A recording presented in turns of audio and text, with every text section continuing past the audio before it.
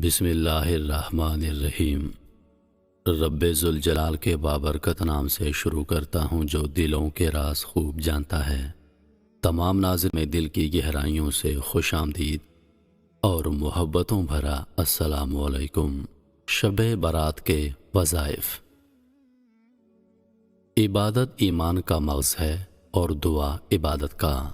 بلا شبہ عبادت ہی وہ سیڑھی ہے جس کے ذریعے ہم اللہ تعالیٰ تک رسائی حاصل کر سکتے ہیں۔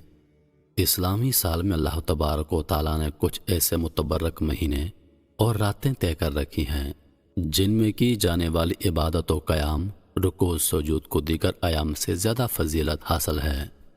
ماہ شعبان کی 15ویں شب یعنی آدھی رات کو اللہ تعالیٰ اپنے بندوں کی سال بھر کی معاملہ فہمی کرتے ہیں اور فرشتوں کو اپنے اس امر سے آگاہ فرماتے ہیں۔ اب یہ انسان کے اعمال کا تعین ہوتا ہے کہ کسی کو رب کریم کی عطا سے بخش دیا جاتا ہے اور کسی پر گرفت سخت کر دی جاتی ہے۔ اس رات کی عبادت کے بارے میں دیگر علماء کرام کی رائے میں تضاد پایا جاتا ہے۔ کچھ کے نزدیک ان کا کہنا یہ ہے کیونکہ اللہ تعالیٰ نے گزشتہ سال بھر کو دیکھتے ہوئے اپنے بندوں کی بخشش فرمانی ہوتی ہے تو لہٰذا ایک رات کی عبادت سے کوئی فائدہ حاصل نہیں کہ بندے نے جو گناہ ثواب سال بھر میں کمایا ایک رات کی عبادت سے اس کا کیا فائدہ، یہ قول غلط ہے۔ جبکہ ضعیف روایت یہ ہے کیونکہ اللہ تعالیٰ اس رات کو زمین کے عین اوپر والے آسمان پر جلوہ افروز ہوتے ہیں اور پوری رات یہی پکارتے رہتے ہیں، ہے کوئی جو مجھ سے بخشش طلب کرے میں اسے بخش دوں، ہے کوئی مصیبت زدہ کہ وہ مجھ سے عافیت طلب کرے تو میں اس کی مصیبت کو دور کر دوں، ہے کوئی بیمار جو مجھ سے شفا چاہے تو میں اسے شفا عطا کر دوں، ہے کوئی مجھ سے جو رزق طلب کرے اور میں اسے رزق عطا کروں۔ پس اللہ تعالیٰ تمام رات یہی فرماتے ہیں حتیٰ کہ صبح ہو جاتی ہے۔ صحیح مسلم کی اس حدیث مبارکہ سے یہ بات صاف ظاہر ہے کہ اللہ تعالیٰ نے اس رات میں بھی اپنے بندوں کی معاملہ فہمی میں گنجائش رکھی ہے۔ اللہ تعالیٰ سے مانگنے سے قبل بہتر ہے کہ اس کی حمد و ثنا کی جائے اور پھر اللہ کے حضور اپنے گناہوں کی بخشش اور عافیت کی دعا کی جائے۔ اما عائشہ صدیقہ رضی اللہ عنہا فرماتی ہیں حضور نبی کریم صلی اللہ علیہ وآلہ وسلم اس رات اس قدر طویل سجود کے ساتھ نماز ادا کیا کرتے کہ آپ کے مبارک پیروں میں سوجن ہو جایا کرتی۔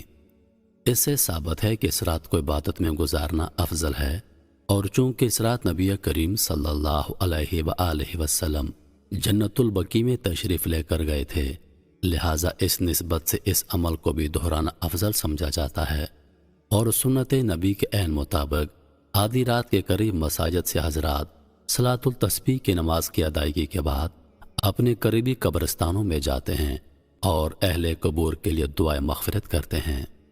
اس کے علاوہ 15ویں شب کا روزہ رکھنا بہت افضل ہے۔ اس رات میں کی جانے والی نفلی عبادات کی ایک مختصر سی تفصیل آپ سب کو بیان کر دیتے ہیں تاکہ سبھی لوگ اس رات کی فضیلت سے بھرپور فائدہ اٹھا سکیں۔ تو اس رات میں کون سی عبادات کرنی ہیں، کون سے نوافل ادا کرنے ہیں، آئیے ملاحظہ کیجیے۔ شب برات کی رات میں عبادت کی بہت بڑی فضیلت ہے۔ شب برات میں جو نماز سلف سے منقول ہے اس میں 100 رکعتیں ہیں، 1000 مرتبہ سورۃ الاخلاص کے ساتھ، یعنی ہر رکعت میں سورہ فاتحہ کے بعد 10 مرتبہ سورۃ الاخلاص پڑھی جائے۔ اس نماز کا نام صلاۃ الخیر ہے۔ اس نماز کے پڑھنے سے برکتیں حاصل ہوتی ہیں۔ سلف صالحین یہ نماز جماعت کے ساتھ ادا کرتے ہیں۔ اس نماز کا ثواب کثیر ہے۔ حضرت امام بصری رحمۃ اللہ علیہ نے فرمایا کہ مجھ سے سرور کائنات کے 30 صحابہ کرام نے بیان فرمایا کہ اس رات کو جو شخص یہ نماز پڑھتا ہے اللہ تعالیٰ 70 بار اس کی طرف دیکھتا ہے اور ہر بار کے دیکھنے میں اس آدمی کی 70 حاجتیں پوری کرتا ہے، جن میں سے ادنا حاجت اس کے گناہوں کی مغفرت ہے۔ مستجب ہے کہ اس نماز صلاۃ الخیر کن 14 راتوں میں بھی پڑھے جن میں عبادت کرنا اور شب بیداری کرنا مستجب ہے۔ ان راتوں کا ذکر خطب ماہ رجب کے فضائل میں بیان ہوا ہے تاکہ نماز پڑھنے والے کو عزت اور فضیلت کا ثواب حاصل ہو۔ مزید اس شب میں قرآن مجید، درود شریف اور صلاۃ التسبیح کی نماز ادا کرنا مستجب ہے۔ ان کے علاوہ دیگر نوافل بھی ادا کیے جاتے ہیں۔ ماہ شعبان کی 15ویں شب 8 رکعت نماز 4 سلام سے پڑھیں۔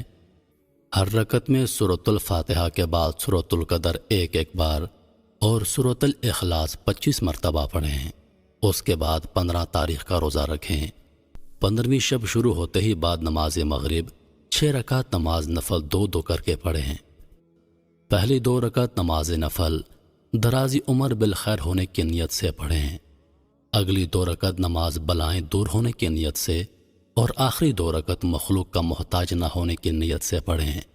ہر 2 رکعت نماز کا سلام پھیرنے کے بعد یا تو ایک بار سورہ یاسین پڑھ لی جائے یا پھر اگر کوئی تلاوت نہ کر سکتا ہو تو وہ 21 مرتبہ سورۃ الاخلاص پڑھ لے۔ جب 3 نوافل اور بعد کی تلاوتیں مکمل ہو جائیں تو پھر دعا سے قبل ایک بار دعائے نصف شعبان پڑھ لیں۔ دعائے نصف شعبان اس وقت آپ کو اسکرین پر دکھائی جا رہی ہے۔ اس دعا کو انٹرنیٹ سے بھی حاصل کیا جا سکتا ہے۔ یہاں ایک بات آپ کو واضح کرتے چلیں، کیونکہ اکثر حضرات اس امر میں غلط فہمی کا شکار رہتے ہیں کہ شب برات اصل میں ہوتی کون سی رات ہے۔ غور سے سنیے، چونکہ اسلامی تواریخ مغرب کی اذان ہونے سے تبدیل ہو جاتی ہے، یعنی جب رات کو چاند نکلتا ہے تو وہ اپنی نئی تاریخ کے ساتھ نکلتا ہے۔ تو جس دن صبح آپ کو پتہ ہوگا کہ آج 14 تاریخ کا دن ہے تو اس دن کے ہونے والی شام سے مغرب کے بعد 15 شعبان شروع ہو جائے گی۔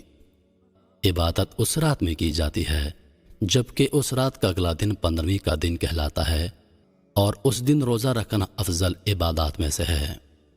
عائشہ صدیقہ رضی اللہ عنہا فرماتی ہیں کہ رسول اللہ کو میں نے کبھی نہیں دیکھا کہ سوائے رمضان کے کسی اور ماہ میں پورے روزے رکھے ہوں، اور یہ بھی نہیں دیکھا کہ وہ دیگر مہینوں میں شعبان سے زیادہ کسی ماہ میں روزے رکھے ہوں۔ مطلب یہ کہ رمضان کے بعد رسول اکرم سب سے زیادہ روزے شعبان المبارک کے مہینے میں رکھتے تھے۔ حضرت انس رضی اللہ عنہ سے روایت ہے، وہ فرماتے ہیں کہ کسی نے رسول اللہ سے دریافت کیا تو فرمایا، رمضان کی تعظیم میں رمضان کے روزے رکھنا۔ ایک جگہ اللہ کے نبی فرماتے ہیں، جو شخص مجھ پر درود پاک پڑھتا ہے اس پر 10 رحمتیں نازل ہوتی ہیں۔